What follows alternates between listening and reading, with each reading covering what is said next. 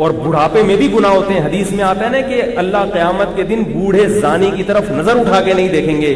اس سے پتہ چلتا ہے کہ بوڑھا بھی زنا کر سکتا ہے. اب بوڑھے میں زنا کیسے کرے گا؟ اس میں تو جسمانی طاقت ختم ہو گئی. ہمارے حضرت فرمایا کرتے تھے جسمانی طاقت تو ختم ہو گئی مگر شہوت کبھی بھی ختم نہیں ہوتی. وہ نہیں کبھی بھی ختم ہوتی, وہ موت تک رہتی ہے انسان کے ساتھ, وہ کبھی بھی ختم نہیں ہوتی. تو اس لیے جوانی میں اگر توبہ کر لی, ابھی جیسے گناہوں کی طرف طبیعت مائل ہے, بریکیں بھی الحمدللہ مضبوط ہیں. ہمارے ایک دوست تھے, ان کو بدنظری کی عادت پڑ گئی. پھر انہوں نے علماء کے بیانات سنے تو انہوں نے مجھے آ کے بتایا کہ اب میں نے اپنے آپ کو چیلنج کیا ہے کہ کسی عورت کو تو دیکھ کے دکھا دے. اپنے آپ کو چیلنج, مقابلہ ہے. یہ چیلنج انسان جوانی میں کرتا ہے کہ بھئی اب تو نظر اٹھا کے دکھا, دیکھتا ہوں تیرے میں کتنا دم ہے. اور کہہ رہے پھر میں نہیں اٹھائی. میں بہت دل چاہتا تھا جب کوئی کنوارے تھے, ابھی شادی ہو گئی الحمدللہ, تو کہہ رہے بہت دل چاہتا ہے جب کوئی عورت گزرتی ہے نظر اٹھا کے دیکھوں, مگر میں اپنے آپ کو چیلنج, وہی ہے نا بریک لگا لی نا, بریک پاؤں آ گیا, بریک رک گئے. اور جوانی میں ایک فائدہ یہ بھی ہے کہ گناہ سے جب توبہ کرو گے تو اپنے آپ کو گناہ پر سزا دینا بھی آسان ہے. دیکھو اگر گناہ کیا آپ نے تو توبہ کا طریقہ کیا ہے؟ اپنے لیے کوئی سزا متعین کرو. اگر میں نے نظر اٹھا کے کسی عورت کی طرف دیکھا 500 روپے صدقہ کروں گا, یہ چپٹ اپنے آپ کو لگائی کہ نہیں لگائی؟ یہ جوانی میں لگ جائے گی, بڑھاپے میں مشکل ہوگی. کیونکہ 500 روپے ہر آدمی کا اپنا حساب ہے. جو مالی, بعض لوگوں کے لیے 500 کی ویلیو ہے, بعض کے لیے 5000 بھی کچھ نہیں ہوتے. اگر آپ کی تنخواہ 1 لاکھ ہے تو آپ 5000 صدقہ کر دیں, صحیح ہے نا. اگر آپ کی تنخواہ 20,000 ہے تو آپ 500 روپے جرمانہ رکھ لیں. تو یہ جرمانہ جب ادا کرو گے تو نفس کی مخالفت ہوگی, دل کو تکلیف ہوگی. یہ تکلیف جوانی میں برداشت کرنا آسان. بڑھاپے میں اگر پیسے دیے تو ہارٹ اٹیک سے مرنے کا خطرہ ہوگا. 500 روپے چلے گئے میرے, 100 روپے چلے گئے میرے. اور یہ حدیث سے ثابت ہے مضمون. نبی صلی اللہ علیہ وسلم, جو میں جتنی باتیں کر رہا ہوں نا یہ قرآن و حدیث سے ثابت ہیں. نبی صلی اللہ علیہ وسلم نے ارشاد فرمایا, صحیح حدیث ہے, سنو غور سے, فرمایا یحرم ابن آدم ویشب فیہ اثنتان الحرص علی المال وطول الامل. بہت اہم حدیث ہے.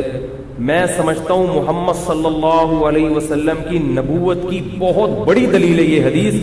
یہ الفاظ نبی کی زبان کے علاوہ کسی اور زبان سے جاری ہو ہی نہیں سکتے. اتنی گہری علم کی بات ہے اس میں. یہ تو بڑے بڑے ماہر نفسیات آج تحقیق کے بعد اس بات کو ثابت کرتے ہیں, اور وہ بھی اتنے خوبصورت الفاظ میں ثابت نہیں کرتے. اتنے خوبصورت ورڈنگ اور اتنے پیارے الفاظ میں اس مضمون کو ثابت کیا.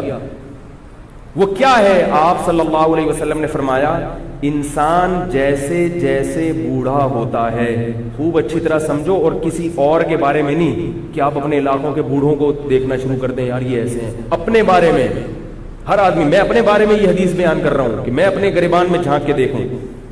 کیا فرمایا نبی نے؟ یحرم ابن آدم, انسان یعنی آدم کی اولاد جیسے جیسے بوڑھی ہوتی ہے, یشب فیہ اثنتان, 2 چیزیں اس میں جوان ہونا شروع ہو جاتی ہیں. دیکھو انسان جب بوڑھا ہوتا ہے تو ہر چیز بوڑھی ہوتی ہے نا, اس کی آنکھیں بھی بوڑھی ہو جائیں گی, سماعت بھی بوڑھی ہو جائے گی, گھٹنے بھی بوڑھے ہو جائیں گے, پاؤں بھی بوڑھے, ہر چیز سے بڑھاپا جھلکتا ہے نا. جذبات بھی بوڑھے ہو جائیں گے, شوق بھی بوڑھے ہو جائیں گے. لیکن آپ نے فرمایا 2 چیزیں کیا ہوتی ہیں اس میں؟ جوان ہوتی ہیں, خوب زور پکڑتی ہیں وہ. الحرص علی المال, دولت کی محبت. نہیں آ رہی بات؟ حالانکہ وہ تو کم ہونی چاہیے نا بھائی, قبر کے قریب ہو رہا ہے انسان تو دولت کی محبت تو کم ہونی چاہیے, جوانی میں زیادہ ہونی چاہیے. یار ابھی تو میں نے رہنا ہے 20 30 40 سال, اور ابھی تو کھانے پینے کی عمر ہے تو پیسہ کماؤں. لیکن نبی نے کیا فرمایا؟ جوانی میں اتنی نہیں ہوتی جتنی بڑھاپے میں زیادہ ہوتی ہے. وہ تو بوڑھا بیچارہ کما نہیں سکتا, اس لیے وہ اپنی جذبے کو لے کے بیٹھا رہتا ہے, اعصاب میں طاقت نہیں ہوتی. 2 چیزیں جوان ہوتی ہیں, ایک کیا ہے؟ الحرص علی المال, دولت کی محبت. دوسری بات فرمایا طول الامل, لمبی لمبی امیدیں. حالانکہ ہونا بالکل الٹا چاہیے. جوانی میں لمبی امیدیں ہونی چاہیے. بھائی ابھی تو 40 سال رہنا ہے, ابھی تو میں یہ کروں گا, ابھی تو میں یہ کروں گا, ابھی تو میں یہ کروں گا, ابھی تو یوں ہوگا. جوانی میں بھی ہوتی ہیں امیدیں. جیسے جیسے عمر زیادہ ہو دنیا سے امیدیں کم ہونی چاہیے، کیا خیال ہے؟ لیکن آپ نے فرمایا یہ امیدیں بڑھتی ہیں، جوان ہوتی ہیں۔ یہاں علماء نے ایک بہت گہرا نقطہ بیان کیا ہے، فرمایا اس سے تو انسان کو بوڑھوں کے بارے میں بدگمانی ہوگی۔ کسی بھی بوڑھے کو آپ دیکھو گے تو شریعت میں تو بوڑھے کا احترام ہے نا، کیا کریں یار، کیسے سمجھائیں؟ اشکال سمجھ میں آ رہا ہے؟ بھائی شریعت میں بوڑھے کا احترام ہے، تو ہم کیسے احترام کریں گے بوڑھے کا جب ہمیں یہ پتا ہوگا کہ اس بوڑھے میں دو برائیاں ہیں؟ اس میں تو سارے مشائخ، سارے بزرگ، سارے علماء معاذ اللہ لپیٹ میں آ گئے کہ یار جو بھی سفید داڑھی والا ہے بوڑھا ہے، اس میں دو برائیاں ہیں، ایک دنیا سے محبت اور ایک دولت کی محبت۔ یہ تو بری چیز ہے نا، اس سے تو انسان کو نفرت ہوتی ہے۔ تو علماء نے بیان کیا کہ حدیث کے الفاظ یہ نہیں ہیں کہ انسان جب بوڑھا ہوتا ہے تو دو چیزیں پیدا ہوتی ہیں، نہ نہ نہ نہ، دو چیزیں اس میں جوان ہوتی ہیں۔ جوان وہی چیز ہوتی ہے جو پیدا پہلے ہو چکی ہو۔ تو کیا مطلب، اگر جوانی میں یہ چیزیں تھیں تو بڑھاپے میں کم نہیں ہوں گی، بڑھیں گی۔ جوانی میں تھی ہی نہیں تو پھر بڑھاپے میں جوان نہیں ہوں گی، کیونکہ پیدا ہی نہیں تھی، تو جو چیز ہے ہی نہیں تو وہ جوان اور بوڑھی کہاں سے ہوگی؟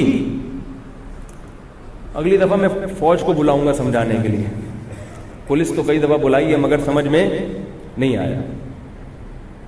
تو اس حدیث سے پتہ کیا چلتا ہے؟ کیسے نپیت الفاظ ہیں نبوت کے، کوئی حرف بھی نبی کی زبان سے ایسا نہیں نکلا جس کو آپ پکڑ کے اس پہ اعتراض کر سکیں، کوئی حرف نہ ہمارے نبی کی زبان سے ایسا نہیں نکلا۔ حضرت حکیم اختر صاحب رحمہ اللہ تعالی فرمایا کرتے تھے علوم نبوت یہ دلیل نبوت ہیں، نبی کی جو تعلیمات ہے نا، یہ تعلیمات خود نبی کے نبی ہونے کی دلیل ہے۔